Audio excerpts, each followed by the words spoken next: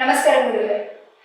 గురుగారు, వృశ్చిక రాశి వారికి 2024లో ఏ ఏ గ్రహాలు అనుకూలంగా ఉంటాయి, అలాగే ఏ ఏ గ్రహాలు అనుకూలంగా ఉండవో వివరిస్తారా? ఓం శ్రీ గురుభ్యో నమః.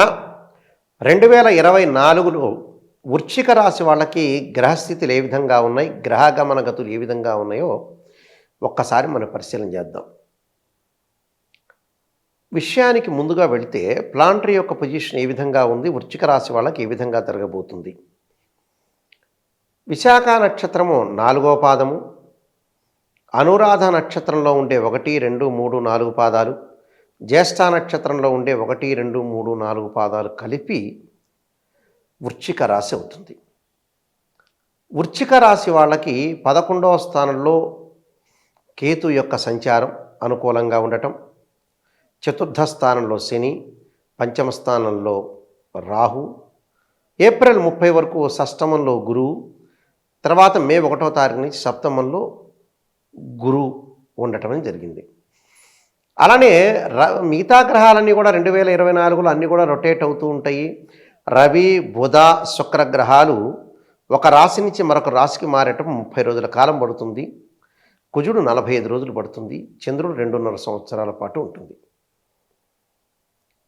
అయితే జాతకాన్ని మనం ఇక్కడ జాతకపరంగా మే 1వ తారీఖు నుంచి వీళ్ళకి గురువు యొక్క అనుకూలత అనేది ఉంటుంది. అలానే 11వ స్థానంలో కేతు యొక్క అనుకూలత కూడా ఉంటుంది. అయితే ఈ గ్రహ సంచార వీక్షణాన్ని మనం ముందుగా చూస్తే ఏ విధంగా ఉండబోతుంది అంటే 11వ స్థానంలో కేతు యొక్క సంచారం వల్ల అనుకూలంగా ఉంటుంది, ఆధ్యాత్మిక పరంగా బాగుంటుంది, ప్రతి పనిలో కూడా విజయం సాధించే అవకాశం ఉంటుంది. అలానే విందులు, వినోదాలు, బంధువులతో కలవటం, స్నేహితులతోటి, మిత్రులతో ఆనందంగా గడిపే అవకాశం బాగా ఎక్కువ ఉంటుంది. ఇక్కడ వీళ్ళకి వచ్చేటప్పుడు 6వ స్థానంలో గురువు ఏప్రిల్ 30 వరకు ఉంటాడు కాబట్టి కొంత డబ్బులు ఖర్చు అయ్యే సూచనలనే ఉంటాయి. అంటే శుభ కార్యక్రమాల ఖర్చు చేస్తారు. సప్తమ స్థానంలో గురువు రాగానే ఇన్కమ్ అనేది బాగా గ్రోత్ అవుతుంది వాళ్ళకి. అంటే మే 1వ తారీఖు నుంచి ఆర్థిక పరంగా స్థితులు మారుతాయి. ప్రధానంగా ఆర్థిక పరంగా అనుకూలంగా ఉంటుంది. వాళ్ళకు వచ్చే ఆదాయం కూడా బాగా పెరిగే అవకాశం ఉంటుంది. ఏప్రిల్ 30 వరకు వ్యయం అవుతుంది కానీ ఖర్చు అవుతుంది, కానీ వాళ్ళకి ఎప్పుడైతే మే 1వ తారీఖు నుంచి ఆర్థిక పరంగా ఆదాయం అనేది బాగా పెరుగుతుంది. ఆదాయ వనరులు కూడా చాలా బాగా ఎక్కువగా పెరిగే అవకాశాలు బాగా ఎక్కువగా ఉంటాయి. కాబట్టి గురుబలం అనేది చాలా మెండుగా ఉంటుందని అర్థం. అంటే ఎలాంటి ప్రాబ్లమ్స్ లేకుండా ముందుకు వెళ్ళే అవకాశాలు బాగా ఎక్కువగా ఉంటాయి. వాళ్ళకి ప్రయాణాల వల్ల లాభం కలుగుతుంది, భాగస్వామ్య వ్యాపారం కలిసి వస్తుంది. ఎవరైనా సరే వ్యాపారం పెట్టదలుచుకుంటే ఖచ్చితంగా వృశ్చిక రాశి వాళ్ళు మే 1వ తారీఖు నుంచే ప్రారంభం చేయండి నూతన వ్యాపారం. ఉద్యోగస్తులకు కూడా అప్పుడే అనుకూలంగా ఉంటుంది, ప్రమోషన్లు జరిగే అవకాశం ఎక్కువగా ఉంటుంది. పంచమ స్థానం రాహు వల్ల కూడా విదేశాలకు వెళ్ళే అవకాశం మెండుగా ఉంటుంది. విదేశాలకు వెళ్ళటంలో కూడా కంపెనీ త్రూ వెళ్ళే అవకాశాలు బాగా ఎక్కువ ఉంటాయి. వాళ్ళు ఎక్కడైతే కంపెనీలో చేస్తున్నారో ఆ కంపెనీ త్రూ వాళ్ళు వెళ్ళే అవకాశాలు ఎక్కువగా ఉంటాయి. కాబట్టి వాళ్ళకి అనుకూలమైన పరిస్థితులు బాగా ఉండే అవకాశం బాగా ఎక్కువ ఉంటుంది. దానితో పాటు విద్యార్థులు ఈ అకాడమిక్ ఇయర్లో కొంత శ్రద్ధగా వేరే వ్యాపకాలన్నీ కూడా ఉండకుండా చదువు మీద కొంత కాన్సన్ట్రేషన్ చేయండి. నెక్స్ట్ అకాడమిక్ ఇయర్ చాలా బాగుంటుంది వాళ్ళకి. అలానే మనం బద్ధకంగా కూర్చోకూడదు, చదువుకోవాలి, భగవంతుడి యొక్క ఆశీస్సులు ఉండాలి, అనుకూలత ఉండాలి, ఎక్కడ తగ్గాలో ఎక్కడ నెగ్గాలో కూడా నేర్చుకుని ముందుకు వెళ్ళాలి. అలానే వృశ్చిక రాశి వాళ్ళకి చతుర్థ స్థానంలో శని, చాలామంది కూడా అర్ధాష్టమ శని భయభ్రాంతులు చెందుతుంటారు. అలా భయభ్రాంతులు చెందాల్సిన పనేమీ లేదు. మీరు మన బర్త్ చార్ట్లో చాలా అనుకూలంగా ఉందనుకోండి, ఇవన్నీ కూడా ఓవర్కమ్ అవుతాయి. కానీ ఆరోగ్యపరంగా మటుకు కొద్దిగా శ్రద్ధ వహించాలి. ప్రయాణాల వల్ల లాభం కలిగే అవకాశం ఎక్కువగా ఉంటుంది. అలానే విదేశాలకు వెళ్ళటం, వివాహ ప్రయత్నాలన్నీ కూడా మే 1వ తారీఖు నుంచి సఫలీకృతం కావటం, సంతానపరంగా ఇబ్బందులు లేకుండా ఉండే అవకాశాలు బాగా ఎక్కువగా ఉంటాయి. అంటే సంతానం అంటే ఇన్ఫెర్టిలిటీ ఇష్యూస్ అంటాం మనం. అలాంటివన్నీ కూడా మే 1వ తారీఖు నుంచి కొంత అనుకూలంగా ఉండే అవకాశాలు ఎక్కువగా ఉంటాయి.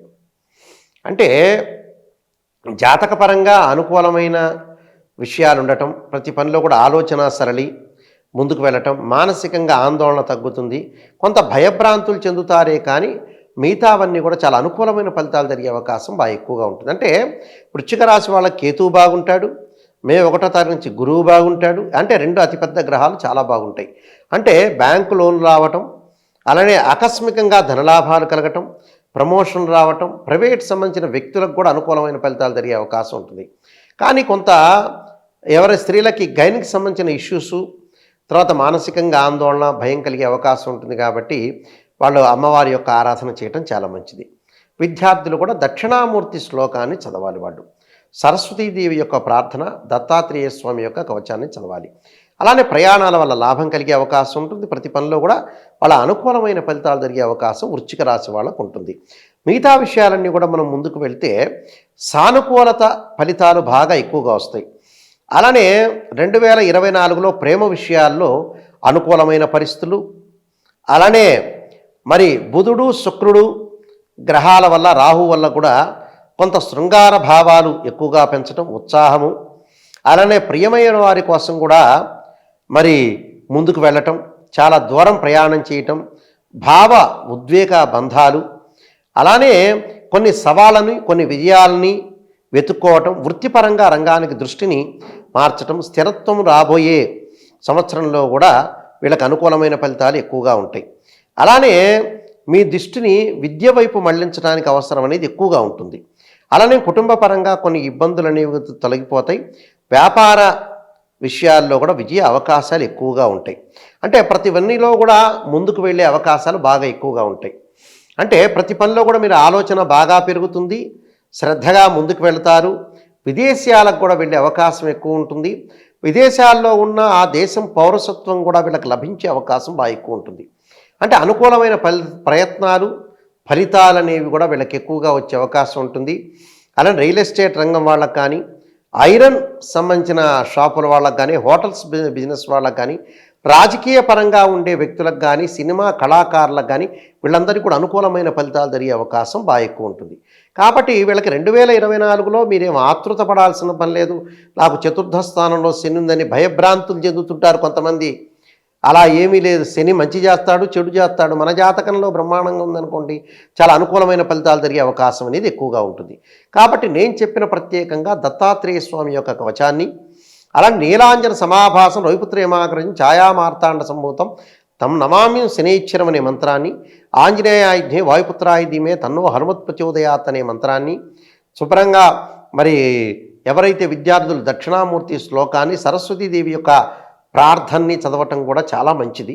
కొన్ని భగవంతుడి యొక్క ఆశీస్సులు కూడా చాలా ఇంపార్టెంట్. కాబట్టి ఇవన్నీ కూడా మీరు పాటించండి. తప్పకుండా మీకు మంచి జరిగే అవకాశం. భయభ్రాంతులు మట్టుకు ఎట్టి పరిస్థితుల్లో కూడా చెందొద్దండి. భగవంతుని మీద భారం వేసి మీ పని, మీ ప్రయత్నాలు లోపం లేకుండా చేసుకోండి. భగవంతుడి యొక్క ఆశీస్సులు ఉంటాయి. ఎందుకంటే మనం బద్ధకంగా కూర్చుంటే కూడా భగవంతుడు మనల్ని అప్రిషియేట్ చేయడు, ఆశీర్వచనం అనేది జరగదు. మనం కష్టపడాలి, భగవంతుడి భారం వేయాలి, మీరు సక్సెస్ అయ్యే అవకాశం అనేది ఖచ్చితంగా ఉంటుందమ్మా.